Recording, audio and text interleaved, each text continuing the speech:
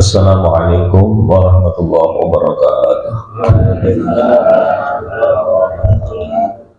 Alhamdulillah, alhamdulillah rabbil alamin, wa bihi nasta'inu ala umuri dunya waddin, wassalatu wassalamu ala asyrafil anbiya wal mursalin wa ala alihi wa sahbihi ajma'in, wa la hawla wa la quwwata illa billahil aliyyil azim. Bismillah, masyaallah, la yasriful khaira ilallah. Bismillah, masyaallah, la yasrifus su'an ilallah. Bismillah, masyaallah, ma kana min ni'matin faminallah. Bismillah, masyaallah, la hawla wa la quwwata illa billah.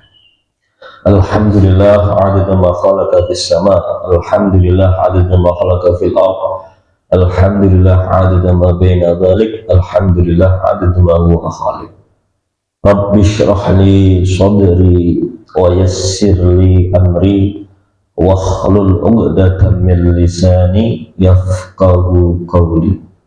Rabbi zidni 'ilma warzuqni fahma, amin ya rabbal alamin. Amma ba'd. Yang kami hormati, yang kami muliakan jamaah keluarga besar jamaah Mushola An-Nur Kriya Grafika Citra Sentosa, semoga panjenengan semua senantiasa diberikan sehatul afiah, panjang umur, kabul hajat dunia akhirat, amin Allahumma amin. Ayyuhal hadirin rahimakumullah. Kemarin saya dihubungi sama Pak Dewi, suruh ngisi daripada kajian subuh pada minggu ini, Ahad ini, untuk melanjutkan kitab Arba'in Nawawi. Sebelum kita melanjutkan daripada kajian kitab Arba'in Nawawi ini, saya memberikan kisah atau cerita untuk memberikan semangat kita untuk senantiasa menghadiri daripada kajian atau majelis ilmu seperti pagi hari ini. Dulu ada suatu kisah diceritakan bahwa malaikat itu melapor kepada Allah Subhanahu wa Ta'ala, ya Allah, ini ada hambamu yang masuk ke dalam neraka. Apakah hamba ini bisa diangkat masuk ke dalam surgamu, ya Allah? Maka Allah menjawab, wahai malaikat, tanyakan kepada hambaku yang masuk ke dalam neraka itu, engkau tanya, apakah semasa hidupnya pernah datang ke majelis ilmu? Apakah semasa hidupnya pernah datang ke majelis thalabul ilmi? Maka ketika hambaku itu pernah datang ke majelis ilmi, thalabul ilmi, maka dengan itu angkatlah siksanya ke neraka dan masukkan ke dalam surga. Maka sang hamba itu ditanya oleh malaikat, wahai hamba Allah, pernahkah semasa hidupmu pernah datang di majelis ilmu? Maka sang hamba ini menjawab, tidak, saya tidak pernah datang ke majelis ilmu. Maka malaikat ini melapor lagi ke hadapan Allah Subhanahu wa Ta'ala, ya Allah, hambamu semasa hidup di dunia tidak pernah datang ke majelis ilmu. Maka dijawab oleh Allah Subhanahu wa Ta'ala, tolong tanyakan kepada hambaku, pernahkah melihat orang yang pernah datang di majelis ilmu? Maka ketika sang hamba itu pernah melihat orang yang pernah datang ke majelis ilmu, maka angkatlah siksanya dan masukkan ke dalam surga. Kenapa hanya melihat orang yang datang di majelis ilmu itu bisa mengangkat siksa orang masuk ke dalam surganya Allah Subhanahu wa Ta'ala. Karena dengan datang di majelis ilmu itu kita bisa melihat daripada orang soleh. Maka dengan melihat orang soleh bisa menambah keimanan ketakwaan kita kepada Allah Subhanahu wa Ta'ala, sehingga amalan itu bisa mengangkat orang yang masuk ke dalam neraka, diangkat oleh Allah Subhanahu wa Ta'ala masuk ke dalam surganya Allah Subhanahu wa Ta'ala. Kalau kita bicara bagaimana kemuliaan daripada majlis seperti pagi hari ini, talabul ilmi, maka banyak sekali fadilah barakahnya. Nah, ini hanya sedikit kisah untuk membangun semangat kita untuk senantiasa hadir pada majlis seperti pagi hari ini, majlis ilmu, majlis talabul ilmi yang membahas tentang hadis Nabi Muhammad Shallallahu Alaihi Wasallam. Maka sebelum kita mulai, kita hadiahkan untuk sang muallif pengarang daripada kitab Arba'un Nawawi. Semoga kita semua mendapatkan keberkahan daripada beliau Imam An-Nawawi dan mendapatkan keberkahan daripada hadis Nabi Muhammad Shallallahu Alaihi Wasallam.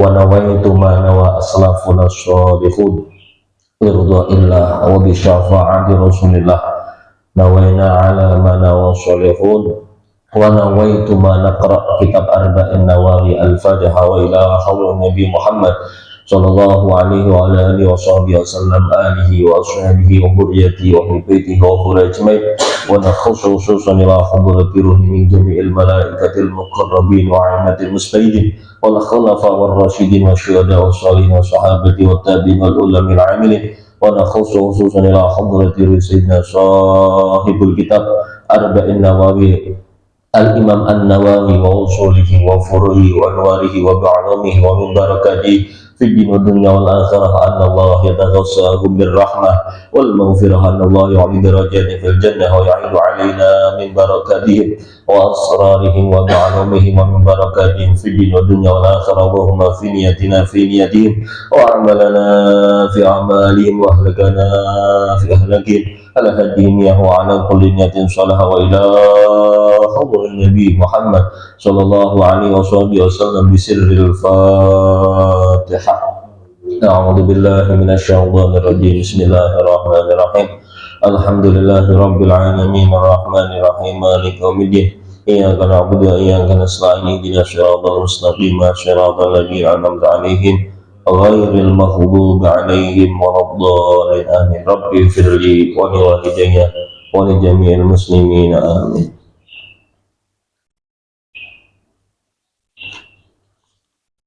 Hadis yang ke-18 nih pagi. Bismillahirrahmanirrahim. Al-haditsus samin asyara. An Abi Dar Jundub bin Junadah wa Abi Abdurrahman Mu'ad bin Jabal radhiyallahu ta'ala anhumah. Ar-Rasulullah sallallahu alaihi wa alihi wasallam qala ittaqillaha haitsu ma kunta wattabi'is sayyi'atal hasanata tamhuha wa khaliqin nasa bi khuluqin hasanin. Rawahu Tirmidzi wa qala haditsun hasan wa fi ba'din nusakh hasanun sahih. Shadaqar Rasul sallallahu alaihi wasallam. Hadis yang ke-18, hadis yang ke-18. An Abi Dar Jundub bin Junadah wa Abi Abdurrahman Mu'ad bin Jabal. Hadis ini diceritakan daripada sahabat Nabi Muhammad Shallallahu Alaihi Wasallam. Dua sahabat Nabi yaitu Abi Dar dan Mu'ad bin Jabal. Abi Dar ini adalah sahabat Nabi Muhammad Shallallahu Alaihi Wasallam yang masyhur juga, yang terkenal juga. Sahabat Abi Dar ini masuk Islam ketika Nabi Muhammad Shallallahu Alaihi Wasallam masih di Mekah. Maka Abi Dar ini banyak yang tidak suka dengan Abi Dar, dan dimusuhi oleh mereka orang-orang musyrikin, orang-orang kafir. Ini sahabat Abi Dar. Nah, beliau itu menceritakan apa yang menjadi dawuhnya Nabi Muhammad Shallallahu Alaihi Wasallam. Rasul Shallallahu Alaihi Wasallam dawuh, ittaqillahu haitsu ma kunta wattabi'is sayyi'atal hasanata tamhuha wa khaliqin nasa bi khuluqin hasan. Rawahu Tirmidzi. Yang meriwayatkan dari hadis ini adalah Imam Tirmidzi. Wa qala hadisun hasan, dan hadis ini hadis hasan. Wa fi ba'din nusakh hasanun sahih. Nah, dalam sebagian nusakh mereka mengatakan hadis ini adalah bukan hanya hasan tapi hasanun sahih. Hadis hasan dan sahih. Dalam hadis ini Nabi Muhammad Shallallahu Alaihi Wasallam dawuh atau menyampaikan kepada Abi Dar ada 3 poin. Ada 3 poin hadis yang disampaikan oleh Nabi Muhammad Shallallahu Alaihi Wasallam. Nah, yang pertama, ittaqillah haitsu ma kunta. Bertakwalah kepada Allah Subhanahu wa Ta'ala dimanapun kita berada. Itu poin yang pertama. Kita disuruh oleh baginda Rasul Muhammad Shallallahu Alaihi Wasallam bertakwa dimanapun kita berada. Baik itu di Semarang, baik itu di Demak, baik itu di Kendal, baik dimanapun kita diperintahkan untuk bertakwa kepada Allah Subhanahu wa Ta'ala. Haitsu ma kunta, walaupun manusia itu tidak mendengar, walaupun manusia itu tidak melihat, walaupun manusia itu tidak mengerti, Allah Subhanahu wa Ta'ala mendengar, Allah Subhanahu wa Ta'ala melihat, Allah Subhanahu wa Ta'ala itu mengerti apa yang ada di hati manusia. Maka haitsu ma kunta, dimanapun kita berada, baik manusia itu melihat, baik manusia itu mendengar, baik manusia itu mengerti atau tidak, kita diperintahkan ittaqillah haitsu ma kunta, bertakwa kepada Allah Subhanahu wa Ta'ala dimanapun kita berada. Kalau mohon maaf sifat manusiawi, ketika kita dilihat oleh orang, kita seakan-akan kita orang yang rajin ibadah, kita orang yang baik. Tapi ketika manusia tidak melihat, naudzubillah min dzalik, nah, maka jangan hisumakunta, dimanapun, walaupun manusia itu melihat, walaupun manusia itu tidak melihat, walaupun manusia itu mendengar, walaupun manusia itu tidak mendengar, walaupun manusia itu mengerti ataupun tidak mengerti, tapi tancapkanlah dalam hati kita senantiasa bertakwa kepada Allah Subhanahu wa Ta'ala. Jangan lakukan ibadah karena hanya untuk mendapatkan pujian manusia, hanya untuk mendapatkan nama daripada manusia, hanya untuk mendapatkan pangkat daripada manusia. Sejak lahir, mohon maaf, sejak lahir kalau kita beramal karena kita nyari muka, mohon maaf, cari muka tahu atau tidak ini ya? Cari muka, kalau kita beramal bertakwa hanya cari muka, apakah kita sejak lahir tidak punya muka? Sejak lahir kita sudah punya apa? Muka. Maka jangan cari muka. Kalau kita ingin cari nama, pujian daripada manusia, apakah kita tidak punya nama sejak lahir? Sejak lahir kita sudah punya nama. Kalau kita ingin mendapatkan pangkat pujian daripada manusia, apakah pangkat yang diberikan Allah kurang mulia? Bagi mereka orang-orang yang bertakwa, akan ditempatkan pangkat derajat yang tinggi di hadapan Allah Subhanahu wa Ta'ala. Maka jangan karena ingin mendapatkan muka daripada orang lain, jangan cari nama daripada orang lain, jangan cari pangkat dari orang lain, tapi karena kita semata-mata bertakwa kepada Allah Subhanahu wa Ta'ala untuk menggapai ridho Allah Subhanahu wa Ta'ala. Dan orang yang bertakwa itu di dunianya akan diberikan kecukupan oleh Allah Subhanahu wa Ta'ala. Rizkinya wa min haitsu la yahtasib, rizkinya akan diberikan oleh Allah Subhanahu wa Ta'ala tanpa disangka-sangka. Dan orang bertakwa hidupnya tidak akan gampang, tidak akan susah, karena orang bertakwa akan diberikan solusi oleh Allah Subhanahu wa Ta'ala. Itu bagi mereka orang yang bertakwa. Lantas bagaimana ciri-ciri bagi mereka orang yang bertakwa? Kata sahabat Sayyidina Ali bin Abi Thalib, beliau mengatakan bahwa ciri-ciri daripada orang bertakwa yang pertama adalah al-khauf minallah. Orang yang bertakwa adalah mereka yang senantiasa takut kepada Allah Subhanahu wa Ta'ala.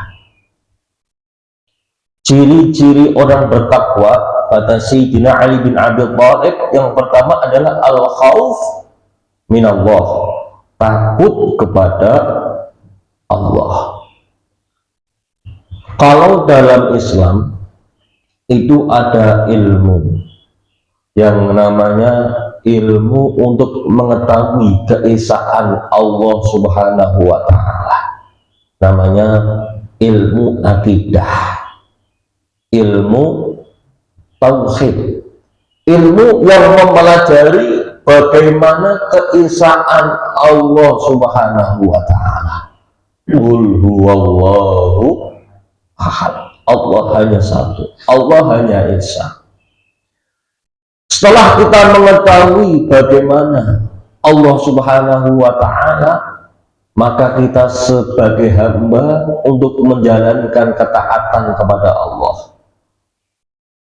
untuk menjalankan daripada perintah Allah, menjalankan sholat, puasa. Ilmu yang mempelajari syariat itu namanya ilmu fikih. Ilmu fikih, bagaimana kita diajari tata cara sholat yang benar, bagaimana kita diajari wudhu yang benar, puasa yang benar. Setelah itu, setelah kita mengesahkan Allah, beribadah kepada Allah, maka Islam itu mengajari namanya tasawuf. Bagaimana kita ini sebagai hamba Allah Subhanahu wa Ta'ala. Mohon maaf kalau kita itu punya bos, mungkin sebagian ada yang karyawan atau bagaimana. Kita punya bos, ketika kita bekerja dalam hati itu, ya Allah, alhamdulillah saya bisa bekerja, maka saya harus bekerja dengan semaksimal mungkin. Saya harus bisa memberikan yang terbaik buat bos saya. Saya takut kalau saya kerja, kalau bahasa orang Jawa lidah-lidah sampai naik karep dhewe, maka bos saya lihat dan saya akan dipecat, akan dikeluarkan. Kira-kira kalau jenengan itu sebagai mandor, sebagai bos, kalau ada karyawan yang kerjanya lidah-lidah, sak seneng karep dhewe, kira-kira bagaimana? Jenengan berikan arahan atau jenengan pecat atau bagaimana? Pasti jenengan tegur, diberikan arahan. Maka kita harus berprinsip, wah, saya ini sudah dibantu, diberikan pekerjaan, Maka saya harus bekerja dengan semaksimal mungkin, sebaik mungkin saya berikan yang terbaik buat bos saya. Maka sama, kita ini diciptakan oleh siapa? Allah. Kita hidup di atas buminya siapa? Allah. Yang memberikan hidup kita, yang memberikan rezeki kita, yang ngasih makan kita siapa? Allah. Kita akan kembali ke hadirat Allah. Maka itu ilmu tasawuf. Saya ini yang menciptakan Allah.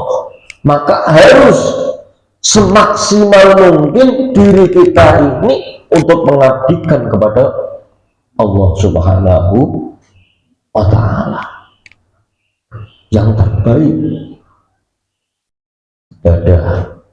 Nah, maka Sayyidina Ali bin Abi Thalib tadi mengajarkan bahwa ciri-ciri bagi mereka orang yang bertakwa adalah al-khauf minal jalil, takut kepada Allah Subhanahu wa Ta'ala. Maka sebagian para ulama mendefinisikan daripada takwa adalah berhati-hati. Kalau kita hidup tidak hati-hati, maka kita akan terjumus. Kalau kita di jalan, mohon maaf, kalau kita jalan di ranjau, ada ranjau kita jalan. Kalau kita tidak hati-hati, maka kita akan terkena daripada ranjau. Nah, hidup di dunia itu sama, penuh dengan ranjau. Hidup di dunia itu sama, penuh dengan kemaksiatan, penuh dengan dosa. Maka kita harus hati-hati. Kalau kita tadi berjalan tidak hati-hati, maka kita akan terkena ranjau.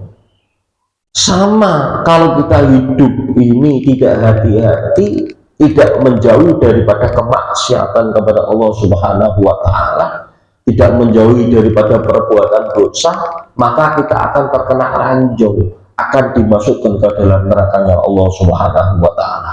Wal iyadu billah, na'udzubillah min dzalik.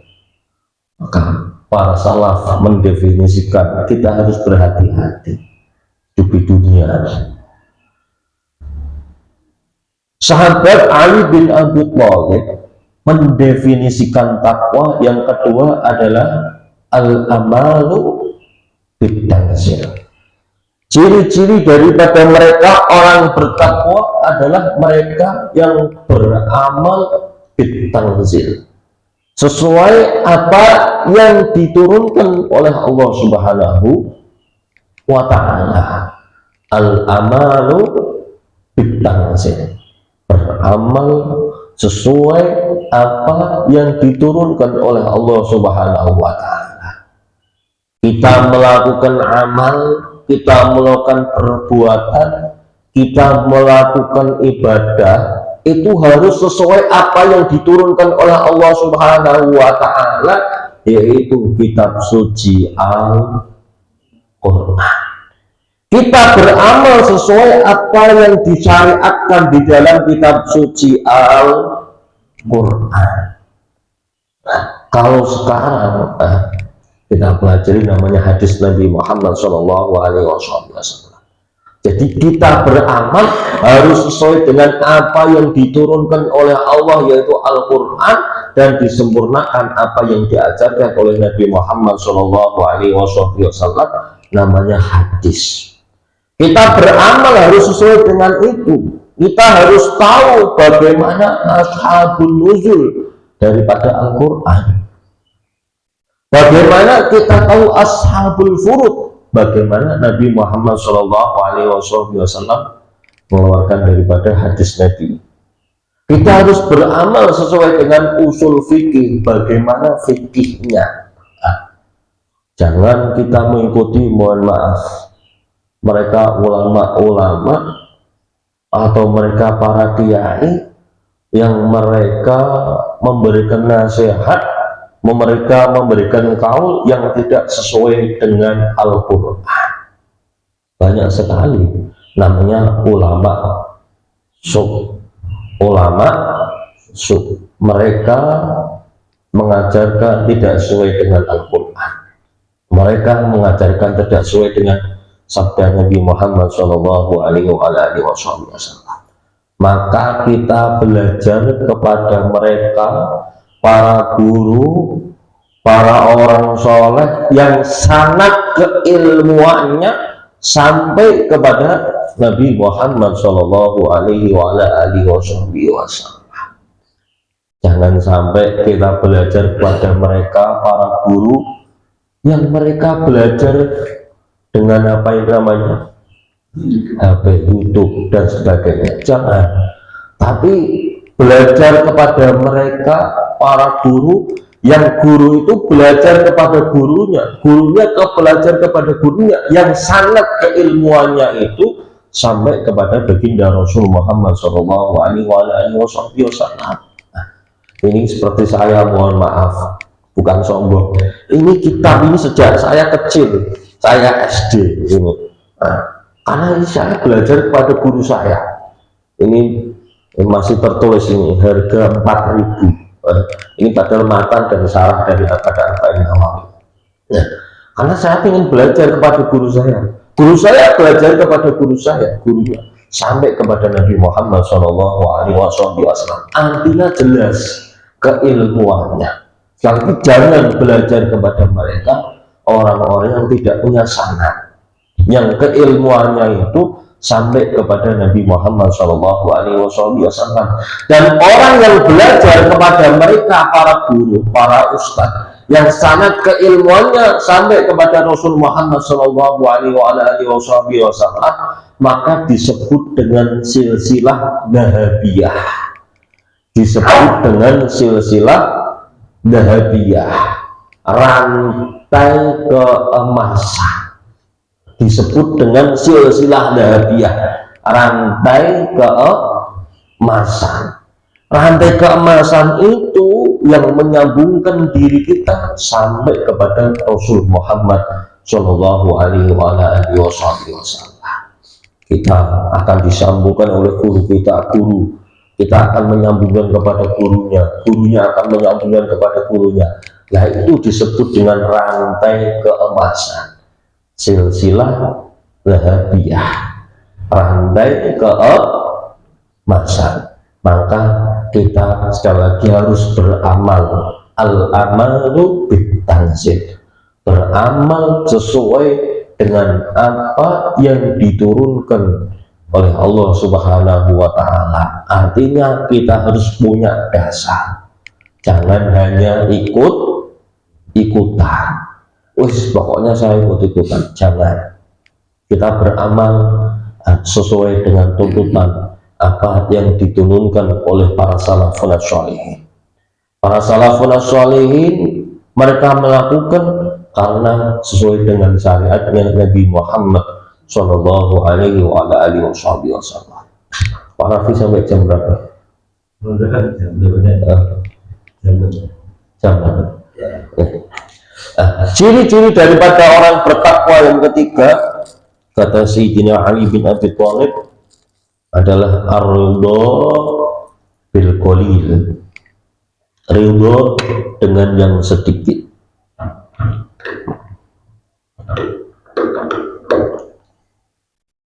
Ar-ridha bil qalil, ridha dengan yang sedikit. Ini manusia, banyak sekali manusia yang diberikan oleh Allah Subhanahu wa Ta'ala tidak mau qanaah.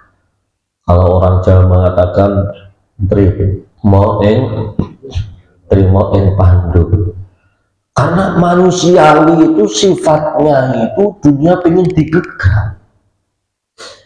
Manusiawi dunia itu pengen apa? Digegah. Tidak ada puasnya, merasa kurang dan kurang.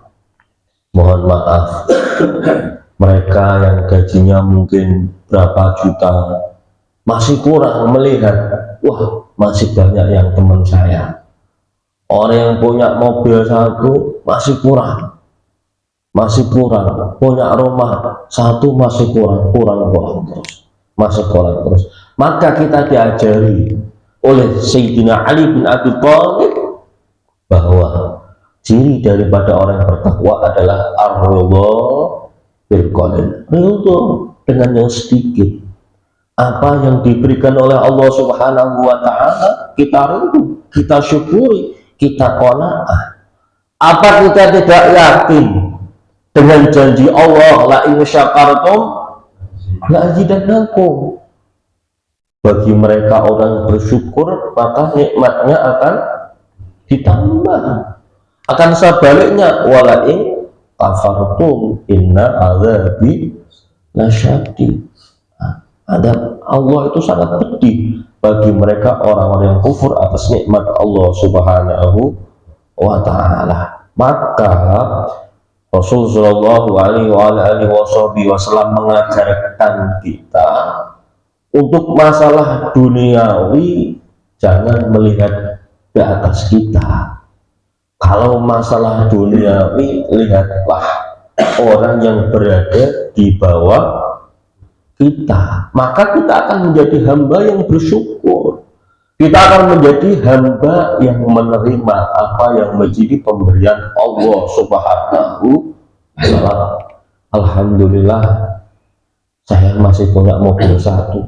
Itu tetangga tidak punya mobil. Alhamdulillah, saya punya motor. Tetangga itu punya sepeda. Alhamdulillah, saya punya sepeda. Tetangga tidak punya. Alhamdulillah, saya tidak punya sepeda, tapi saya diberikan sehat, kaki saya sehat. Mereka, mohon maaf, punya motor, tapi mereka tidak sehat. Ya, maka itu selalu melihat daripada orang di bawah kita, itu akan menjadikan rasa syukur kepada Allah Subhanahu wa Ta'ala. Kalau kita melihat baginda Rasul Muhammad Shallallahu Alaihi Wasallam, bagaimana kehidupan Rasulullah. Rasul Shallallahu Alaihi Wasallam itu pernah tidak makan selama 3 hari. Pernah enggak kita tidak makan selama 3 hari? Tidak pernah. Kurang syukur bagaimana? Kurang cukup bagaimana? Kalau Rasul Muhammad Shallallahu Alaihi Wasallam minta sama Allah, berdoa kepada Allah, sudah tentu dan pasti doanya akan dijawab oleh Allah Subhanahu wa Ta'ala.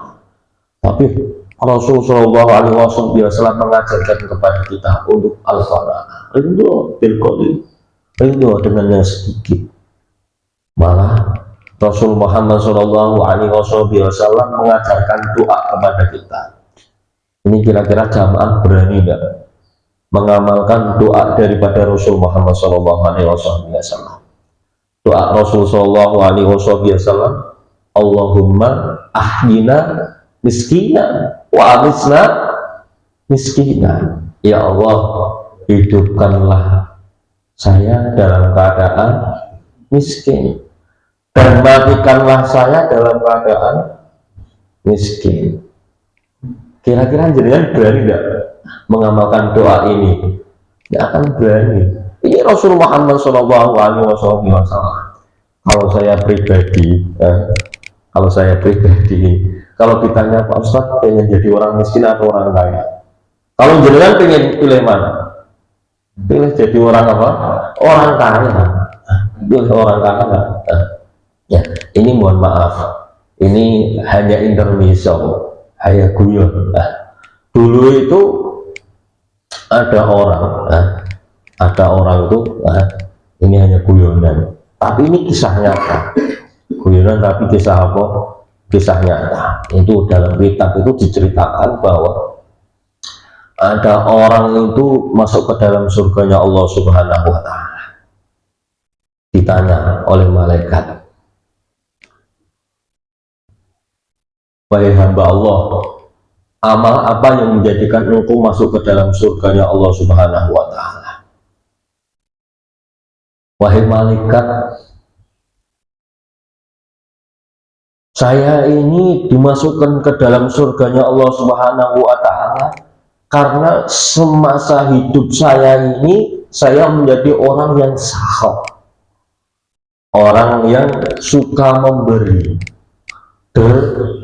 dermawan. Maka dengan amalan itu, dengan amalan apa? Amalan itu Oh, Allah Subhanahu wa Ta'ala mengangkat derajat saya dan saya dimasukkan ke dalam surganya Allah Subhanahu wa Ta'ala. Ada orang lagi ditanya oleh malaikat, wahai hamba Allah, kenapa engkau bisa masuk surga?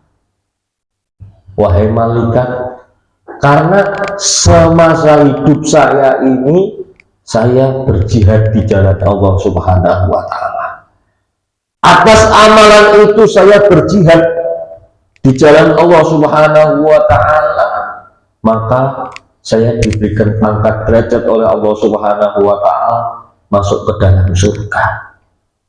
Ada orang ketiga ditanya oleh malaikat, wahai hamba Allah, kenapa engkau bisa masuk surga?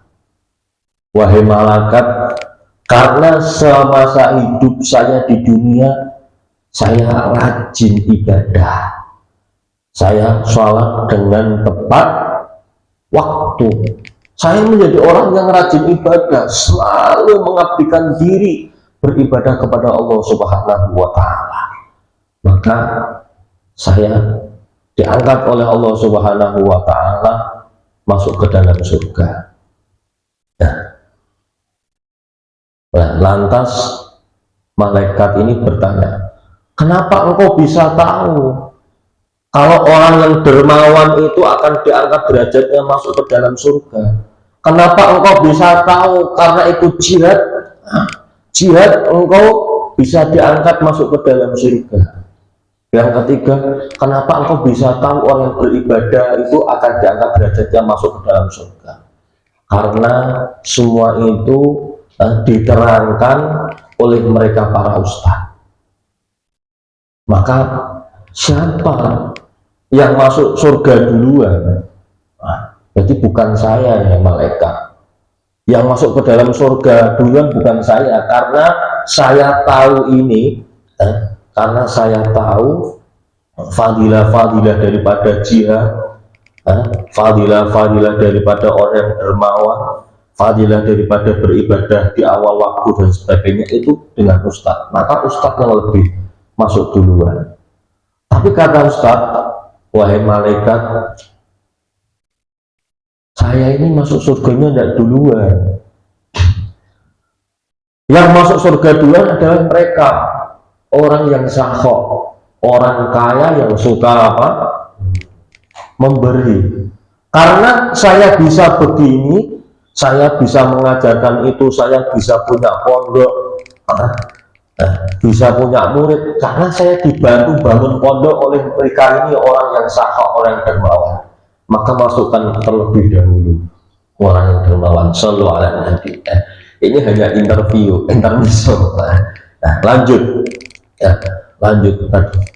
Sayyidina Ali bin Abi Thalib memberikan ciri-ciri bahwa orang bertakwa adalah ar-ridha bil qalil, ridha dengan yang sedikit. Maka kita apa yang menjadikan apa yang diberikan oleh Allah Subhanahu wa Ta'ala kita syukuri sebagai wasilah ketaatan kita kepada Allah Subhanahu wa Ta'ala. Apa yang kita punya kita syukuri sebagai jalan kita untuk taat kepada Allah Subhanahu wa Ta'ala. Nah, kalau makna sendiri, makna daripada takwa, makna daripada takwa, kalau kita setiap hari Jumat itu pasti kita mendengar imtisalu awamir wastinabul nawahi, menjalankan perintah Allah dan menjauhi daripada larangan-larangan Allah. Kalau makna lafal, takwa itu terdiri daripada huruf ta, qaf, wawu, alif.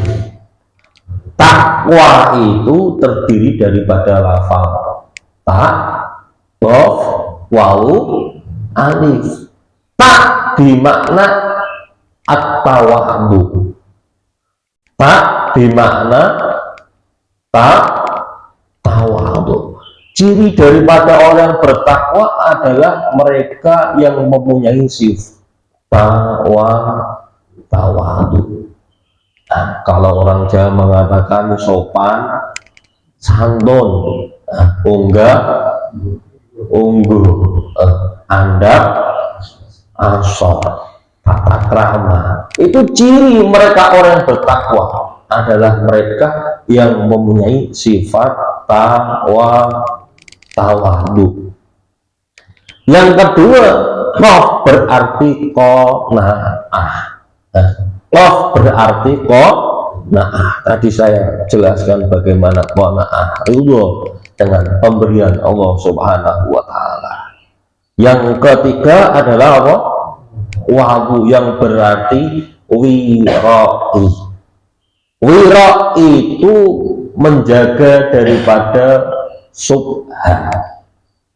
Wira itu adalah menjaga daripada barang subhat. Subhat itu apa? Subhat itu tidak jelas daripada halal dan haram. Maka kita diajari bagi mereka orang bertakwa harus mempunyai sifat wira. Kalau kita punya imam yang kita anut madhabnya, namanya Imam Syafi'i. Bagaimana ayahanda daripada Imam Syafi'i? Namanya Imam Idris. Ayahanda daripada Imam Syafi'i namanya siapa? Imam Idris. Imam Idris itu menjaga wirainya luar biasa, sehingga menumbuhkan anak yang sangat luar biasa, Imam Syafi'i. Bagaimana Imam Idris menjaga wirainya? Ketika Imam Idris itu mau wudhu di sungai, kalau dulu itu tidak ada seperti sekarang, setiap rumah punya satu kamar mandi. Ketika di sungai itu Imam Idris itu mau belajar, sudah berjalan selama 3 hari, tidak punya sanggup. Ketika wudhu itu, ketika nyawu itu mendapatkan buah delima. Saking laparnya Imam Idris ini langsung dimakan buah delima tersebut. Dimakan. Setelah habis buah delima, Imam Idris, ya Allah, ini buah delima siapa? Kok saya makan tiba-tiba? Kalau menurut jenengan ini bagaimana? Halal atau haram? Pelintiran dikali ini. Tapi karena Imam Idris ini menjaga wirainya, Jojo ini yang punya ini tidak ridho, tidak halal. Maka setelah wudhu sholat, Imam Idris ini menelusuri daripada sungai itu dan mendapatkan pohon delima yang berada di pinggir sungai, pinggir kali. Maka ditanya, ini buah delima siapa? Ditanya sampai ketemu yang punya delima. Wahai hamba Allah, saya minta ridho dan ikhlasnya. Minta ridho dan ikhlasnya, karena saya tidak sengaja ketika mau wudhu saya mendapatkan delima dan delima itu saya makan. Maka kata yang punya delima, tidak bisa, tidak semudah itu mengikhlaskan dan meridhokan delima yang saya makan. Kamu harus mengabdikan dirimu dengan saya di rumah saya selama 3 tahun. Shallallahu alaihi Nabi. Hanya karena makan delima disuruh mengabdikan diri tanpa bayaran selama 3 tahun. Kalau kira-kira jenengan mau enggak? Mau enggak? Nemu satu mangga, suruh mengabdikan diri selama 3 tahun tanpa dibayar. Mau enggak kira-kira? Enggak akan mau. Tapi karena ini Imam Idris menjaga wirainya demi mendapatkan ikhlas dan ridhonya, maka dijalani selama 3 tahun tanpa bayar, tanpa gaji. Maka setelah usai selama 3 tahun, Imam Idris matur, wahai hamba Allah, saya sudah mengabdikan diri saya selama 3 tahun. Bolehkah saya keluar daripada rumah ini? Saya ingin thalabul ilmi, saya ingin berguru, saya ingin mengaji. Oh, nggak bisa, belum. Saya belum ikhlas dan ridho. Kamu harus menikahi anak saya. Kamu harus menikahi anak saya. Imam Idris ini, waduh, apalagi ini ujian. Ujiannya apa lagi? Suruh mengabdikan dirinya selama 3 tahun untuk menikahi istrinya, yang kata bapaknya istrinya itu buta. Istrinya apa? Yang anaknya itu kok istrinya, anak belum jadi istri, anaknya itu buta, mulutnya bisu, kakinya buntung, lumpuh. Wah, Imam Idris, ya Allah, hanya gara-gara makan delima 1 ujianku seperti ini. Ya enak diberikan istri, tapi ini loh, kok istri saya kok buta, kok bisu, kok lumpuh, kok cacat. Kalau jenengan kira-kira bagaimana? Lari atau lari? Lari. Tapi karena Imam Idris ini menjaga wirainya untuk mendapatkan halal ridho daripada sang punya delima, maka bismillah, ikut, manut, disuruh nikah. Ketika masuk di kamar, dibuka, ternyata di dalam ada wanita yang begitu cantik, yang luar biasa. Tidak buta, tidak bisu, juga tidak lumpuh. Imam Idris takut gemetar. Saya hanya makan delima 1 aja, disuruh khidmah selama 3 tahun. Ini kalau sang hamba ini tahu kalau saya masuk kamar yang salah, hukuman apa yang saya dapati? Maka mengatur kepada sang hamba, mohon maaf, tadi saya salah masuk kamar. Yang saya dapati bukan wanita yang buta, bukan wanita yang bisu, bukan wanita yang lumpuh, bukan wanita yang budek, bukan. Maka kata hamba tersebut, namanya Abdullah, itulah istrimu. Maka Imam Idris ini kaget. Katanya orangnya buta, bisu, budek, lumpuh, cacat. Artinya budek itu, anak saya itu tidak pernah mendengarkan daripada hal-hal kemaksiatan. Artinya bijak itu, anak saya itu tidak pernah melihat kemaksiatan. Artinya bisu itu, anak saya tidak pernah ngomong kemaksiatan. Kakinya sama, tidak pernah jalan di kemaksiatan. Maka ini yang diperoleh daripada Imam Idris, menjaga wira, sehingga melahirkan anak namanya Imam Syafi'i. Siapa yang tidak kenal dengan Imam Syafi'i? Itu karena wira. Yang berikutnya, tak yang berarti tawadhu, qaf yang berarti qanaah, wawu yang berarti wira, alif yang berarti istiqomah. Orang yang bertakwa itu harus selalu istiqomah. Istiqomah. Kalau insya Allah orang yang istiqomah akan diberikan karamah. Al istiqomah itu khairum min alfi karamah. Istiqomah itu lebih baik daripada 1000 karamah.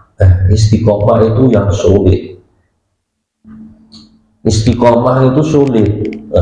Kalau ada orang ini, mohon maaf, mungkin lambe-lambe hanya guyuran atau bagaimana. Kami ini kan umat, kami ini kan apa? Umat, yo kadang umat sergepe, yo kadang umat kesanten. Kami ini umat, yo kadang umat ABE, yo kadang umat LAE. Tapi jangan kita istiqomah, istiqomah wis, istiqomah jamaah subuh, istiqomah jamaah, istiqomah duha, istiqomah puasa selain kemas, istiqomah. Insya Allah dengan istiqomah itu kita akan mendapatkan namanya barokah. Ini kok sudah jam 6 baru 1 ini, padahal ada 3 poin. Lanjut poin yang kedua. Kalau kita membicarakan takwa mungkin tidak selesai nanti. Poin yang kedua, wattabi'is sayyi'atal hasanata tamhuha. Ikutilah kejelekan itu dengan kebaikan. Wattabi'is sayyi'ah, ikutilah kejelekan, al hasanata tamhuha, dengan kebaikan. Maka kalau Allah Subhanahu wa Ta'ala dalam Al-Quran menjelaskan innal hasanat yudhibnas sayyi'at.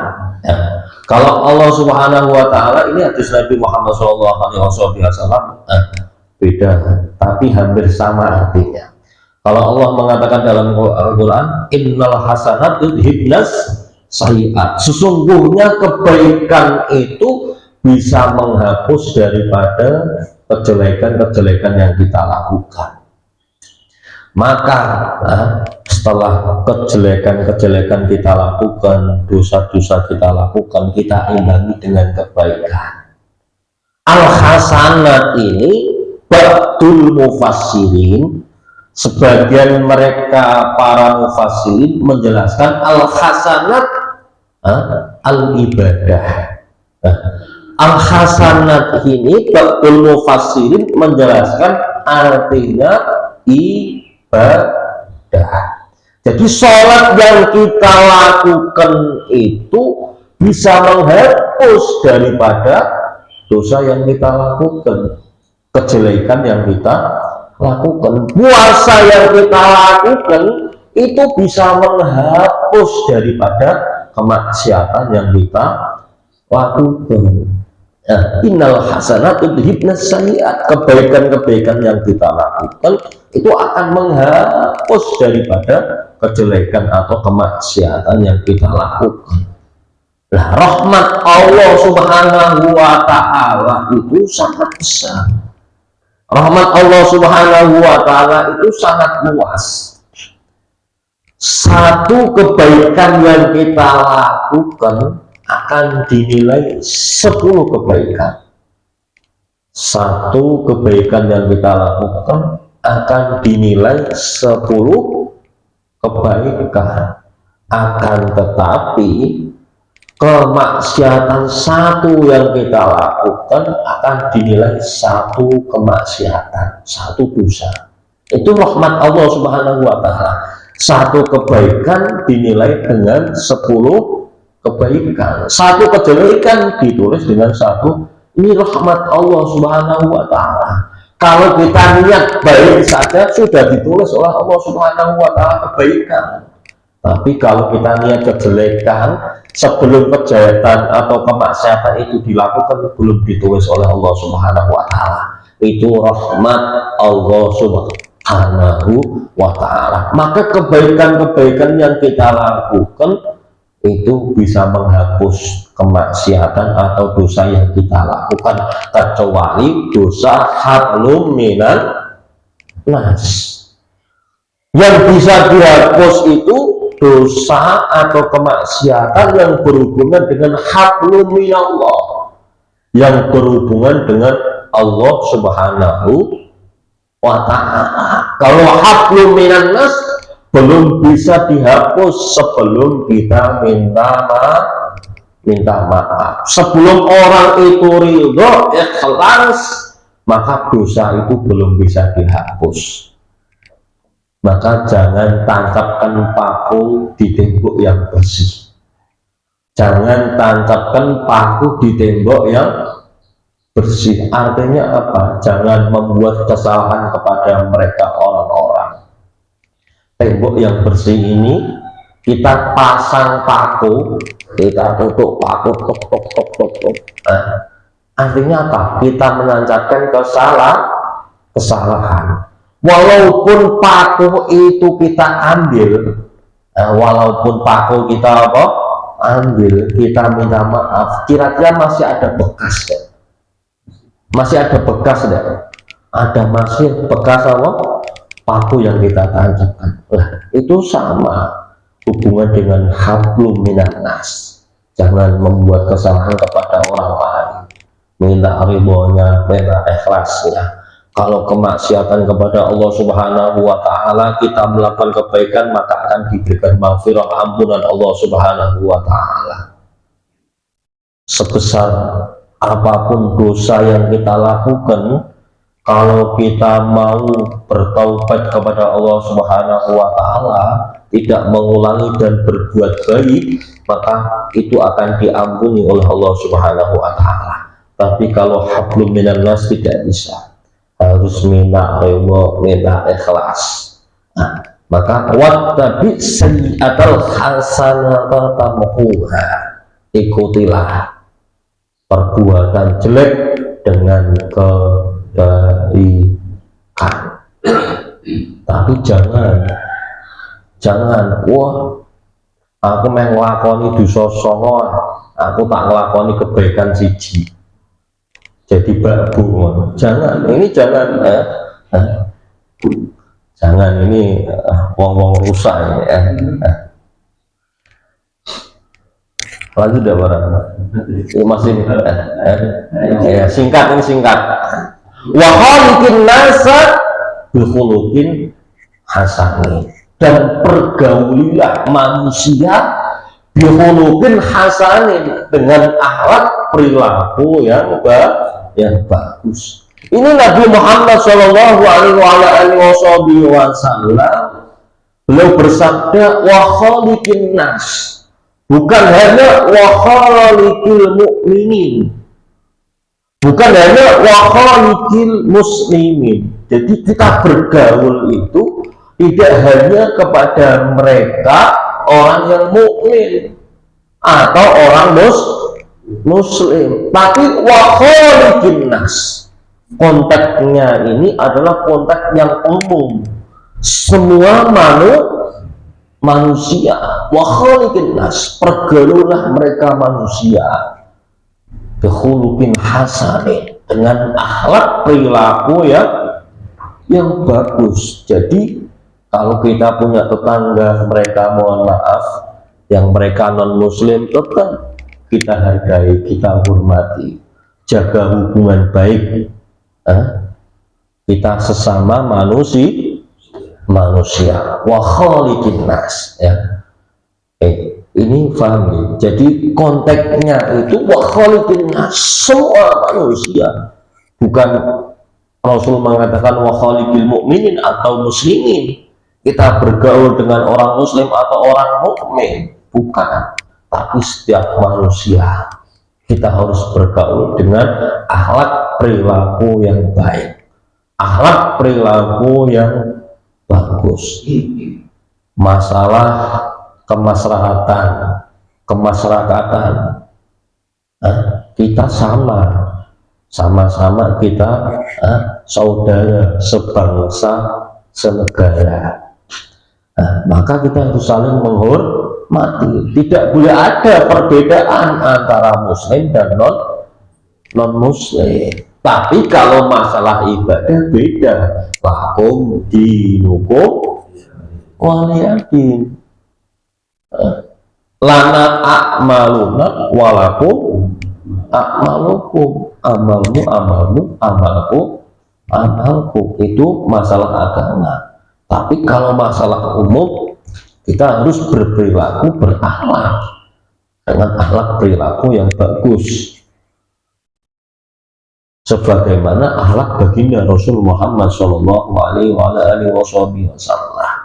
Tidak ada suri tauladan selain baginda Rasul Muhammad Shallallahu Alaihi Wasallam. Bagaimana akhlak suri tauladan Rasul Muhammad Shallallahu Alaihi Wasallam. Nah, kita tiru bagaimana Rasulullah mengajarkan bermasyarakat, bagaimana Rasulullah mengajarkan beribadah, bagaimana Rasulullah itu akhlak Rasul Muhammad Shallallahu Alaihi Wasallam, tidak membedakan. Ini konteksnya konteks umum. Kalau akhlak itu harus manusia. Kalau kita bicara dengan akhlak perilaku Rasulullah, tidak ada habisnya. Karena Rasul Muhammad Shallallahu Alaihi Wasallam diutus di dunia, innama bu'istu utamima makarimal akhlak. Rasul Muhammad Shallallahu Alaihi Wasallam diutus di dunia untuk menyempurnakan daripada akhlak. Akhlak Rasul Shallallahu Alaihi Wasallam sedikit bagaimana? La yaqulu wa la yaf'alu illa ma'rufa. Akhlak Rasul Shallallahu Alaihi Wasallam itu tidak berbuat, tidak melakukan sesuatu, tidak berucap illa ma'rufa, kecuali yang ma'ruf, kecuali yang bagus. Itu akhlak Rasul Shallallahu Alaihi Wasallam, tidak pernah berbuat, tidak pernah berbicara kecuali ma'ruf, yang baik, yang bagus. Bagaimana akhlak Rasul Muhammad Shallallahu Alaihi Wasallam? Al-Quran itu adalah akhlak Nabi Muhammad Shallallahu Alaihi Wasallam. Akhlak Rasulullah karena khuluquhul Quran. Akhlak Rasul Shallallahu Alaihi Wasallam adalah Al-Quran. Karena waktu yang sudah selesai, semoga apa yang saya sampaikan manfaat barokah, maslahah. Semoga kita semua menjadi hamba-hamba yang senantiasa bertakwa kepada Allah Subhanahu wa Ta'ala, menjadi hamba-hamba yang senantiasa mengabdikan diri kita kepada Allah Subhanahu wa Ta'ala, dan semoga kita semua mendapatkan keberkahan daripada hadis Nabi Muhammad Sallallahu Alaihi Wasallam, bisa menambah keimanan kita kepada Allah Subhanahu wa Ta'ala, dan semoga kita semua diberikan sehat walafiat, panjang umur, diberikan rezeki yang banyak, halal dan barokah, dan semoga anak-anak kita menjadi anak yang soleh-solehah, terbakti kepada kedua orang tua, anak yang kelak bisa mikul dur mendeng jodoh orang tuanya, anak yang kelak bisa memberikan syafaat orang tuanya, masuk ke dalam surganya Allah Subhanahu wa Ta'ala, dijauhkan dari mara bahaya, dijauhkan dari bala, dijauhkan dari segala macam penyakit, dan semoga iman Islam kita senantiasa dijaga oleh Allah Subhanahu wa Ta'ala sampai akhir hayat, sampai ajal menjemput kita dalam keadaan iman, dalam keadaan Islam, sehingga kalau kita semua dapat peringkat husnul khatimah, dan semoga Allah Subhanahu wa Ta'ala memperpanjangkan usia kita dipertemukan dengan bulan yang mulia Syahrul Ramadan dengan keadaan yang lebih baik. Amin Allahumma amin ala hadiniyah wa ala kulli niyatin shalihah liqada'il hajatina wa hajatikum bi barakati suratil Fatihah. A'udzubillahi minasyaitonir rajim. Bismillahirrahmanirrahim. Alhamdulillahirabbil alamin arrahmanir rahim maliki yaumiddin. Iyyaka na'budu wa iyyaka nasta'in. Ihdinas siratal mustaqim. Shiratal ladzina an'amta 'alaihim ghairil maghdubi 'alaihim waladdallin. Ya Rabb taqabbal minna innaka antas samiul 'alim wa tub 'alaina innaka tawwabur rahim. Da'wahum fiha subhanaka allahumma wa tahiyyatuhum fiha salam wa akhiru da'wahum alhamdulillahi rabbil alamin. Akadamini wal afu minkum. Assalamualaikum warahmatullahi wabarakatuh.